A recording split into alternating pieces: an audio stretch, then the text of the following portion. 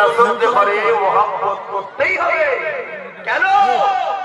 এরা নবী ও সাহাবাদের আওলাদ, খানদান। এদেরকে আঘাত দিলে, যেমন আপনাকে আঘাত দিলে আপনার আব্বার কষ্ট হবে, এদেরকে আঘাত দিলে উপরে কষ্ট যাবে। আল্লাহ ওটা পছন্দ করে না। কথা বুঝে আসছে? এবং 3 নম্বর হলো কোরআনের শিক্ষা, এবং 4 নম্বরে আপনি দুনিয়াবী শিক্ষা যা দেবেন, এই 3টে দিতেই হবে। কথা বুঝে আসছে? অসুবিধা হচ্ছে?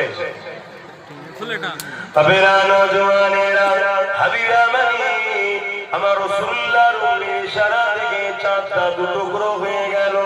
এই দৃশ্য দেখে হাবিবা মানি চোখে পানি ছলছল করতে লেগেছে।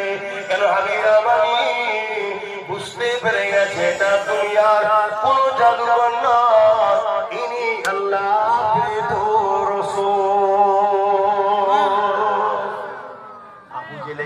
বলছে, হাবিব দেখো, আমি বললাম না কত বড় জাদুকর, দেখো চাঁদ টুকরো করে দিয়েছে।